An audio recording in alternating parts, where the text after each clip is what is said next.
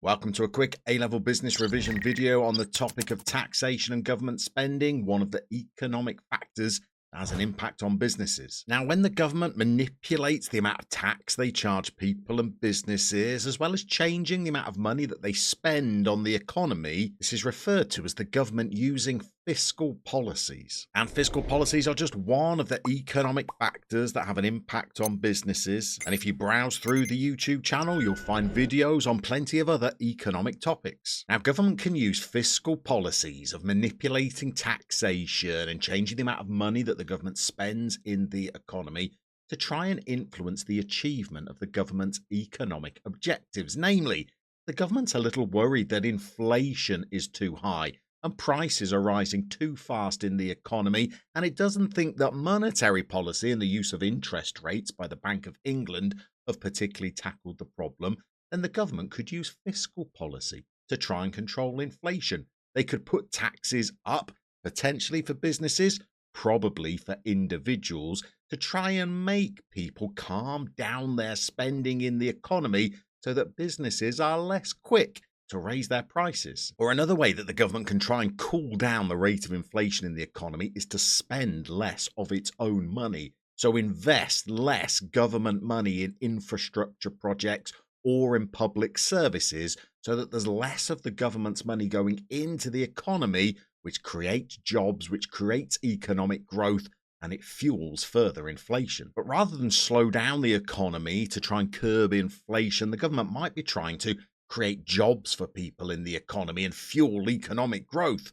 Well, there, it can use taxation and government spending in a different way. By lowering taxes of businesses and of households and individuals, it means that there might be more economic activity in the economy, which will fuel economic growth and create jobs for people to take up. Now, a possible exam question for us to prepare for is the impact on businesses when there are changes to taxation by the government. And perhaps one of the biggest impacts it can have is the effect on consumer spending. So there are lots of taxes that are set by the government that have an impact on individuals and households, such as VAT or income tax or national insurance.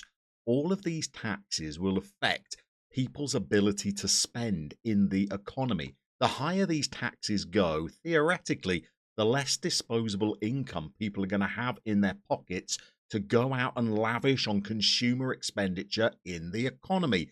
This can have a big impact to firms. If people are being taxed heavily and they've got less money to go out and spend, then that means that businesses are going to bear the brunt of that through their sales. They're going to experience fewer orders and they're going to experience shorter queues because people don't have the money that they once had to go out and service the lifestyle that they were previously living. Now, this might not be true for all firms. Firms that sell inferior goods might actually benefit when taxes are a little higher and people have less disposable income as they turn to more discount brands and budget shopping habits that might benefit a few of the organizations out there. Another impact of taxation can be the effect that it has on a business's profits. Tax rises can have an impact on the profits that a business makes. If the government increases the rate of VAT in the country, then this will increase a business's costs, which they could try and pass on to consumers in the form of higher prices, but depending on the price elasticity of demand of the goods they sell, they may not be able to do that and their profits might suffer. There are other taxes that could be increased. It might have a bearing on the profits that a business makes. For example, if the government decrees that businesses have to contribute more national insurance contributions through the workers that they have hired, then that's going to be another cost to the business that might just damage their profits. Now, these first two impacts might have an effect on a business's plans for expansion. So if a business's costs are rising and its profits are being affected, this might mean that any plans that the business had for growth and expansion, potentially through the opening of new outlets or branches or R&D to develop new products or potentially even moving into new markets, might need to be put on hold or even cancelled because the funds that the firm was planning on using in order to generate that expansion might instead have evaporated because of paying more tax or experiencing falling profits. Of course, businesses are also employers of workers, and as taxes are rising, it might mean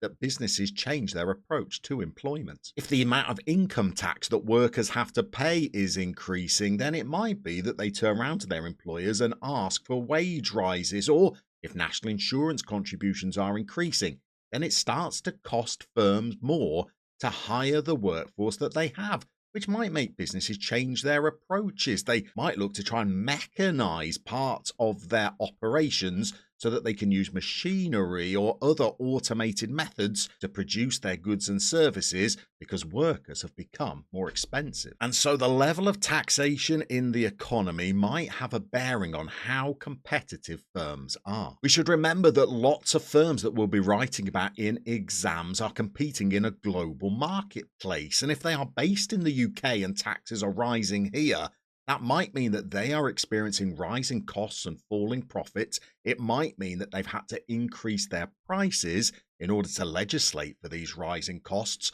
But the rivals that they're competing with, who may have operations abroad where tax rates might be different, well, they might find that they are no longer as competitive against these foreign rivals. While UK-based firms are experiencing price rises because of the cost increases that they are having to bear, they are in markets competing against overseas firms who haven't experienced the same tax rises and haven't been subject to the same increases in costs. Now, just as the level of taxation that the government levies in the economy is going to have an impact on businesses, so too will the amount of money that the government decides to spend in the economy as well. And if the government decides to increase its expenditure in the economy, this can create great opportunities for businesses. So when the government increases the amount of money it's spending in the economy, it creates economic output that can benefit private entrepreneurs, which might sound a little odd to begin with. When the government's spending money, what on earth does that have to do with private businesses?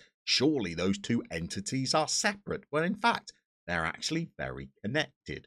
When the government spends money, it often spends it on acquiring the services or the products that are provided by private businesses. For example, if the government was to pump billions into healthcare in the economy, this would create lots of opportunities for businesses, for the architects that are going to design the hospitals, to the firms that could sell them the beds, to the radiography machines, to the equipment or the IT that the hospital needs, as well as the businesses that might come in and provide the catering in the hospital or the cleaning services in the hospital. This is going to create lots of opportunities.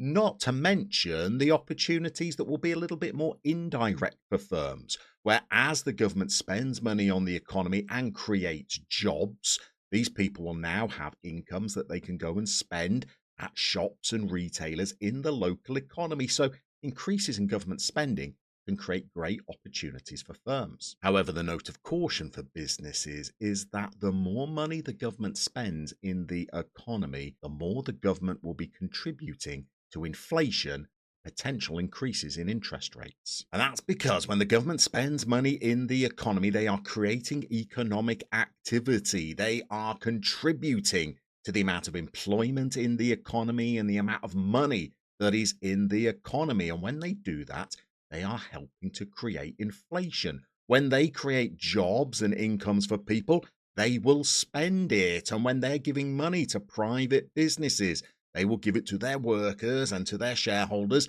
and they will spend it. And we know that when people are spending, firms might think, we could raise our prices here. And so the rate of inflation in the economy can begin to rise.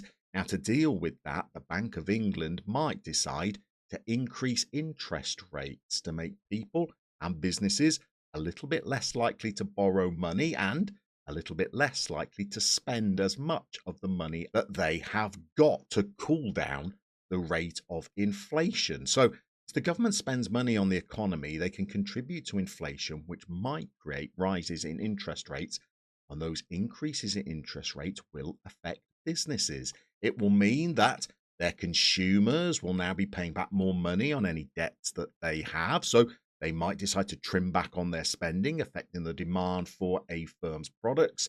And any consumers that were thinking about taking out loans in order to buy a business's products might decide to delay their purchases. And for the businesses themselves, if they've got debts, now they're going to be paying more interest back to the bank. And if they were thinking about borrowing money to fund expansion and growth, well, that might be a plan that they decide to put on hold. So we can see how taxation and government spending have a big impact on the fortunes and the behaviors and the strategies pursued by firms.